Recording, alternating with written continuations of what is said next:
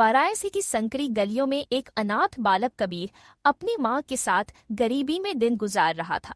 उनका हृदय भक्ति से भरा हुआ था, लेकिन सत्य की राह दिखाने वाला कोई गुरु नहीं था।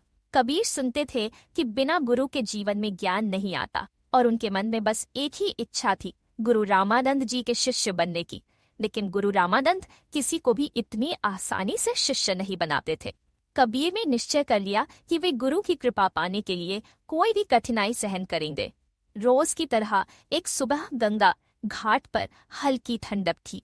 कबीर ने सोचा, अगर गुरु जी के चरणों की धूल भी मुझे मिल जाए तो मेरा जीवन धन्य हो जाए। उन्होंने एक तरकीब सोची। वे भोर में उस पतली गली में जाकर सो गए जिससे होकर गुरु रामानंद जी स्नान के लिए जाते थे। अंधेरा था, रास्ता ठीक से दिख नहीं रहा था।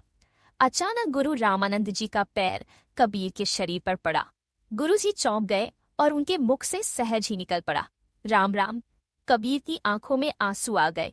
वे उठकर श्रद्धा से झुक गए और बोले, गुरु जी, आपने मुझे मंत्र दे दिया, अब मैं आपका शिष्य बन गया।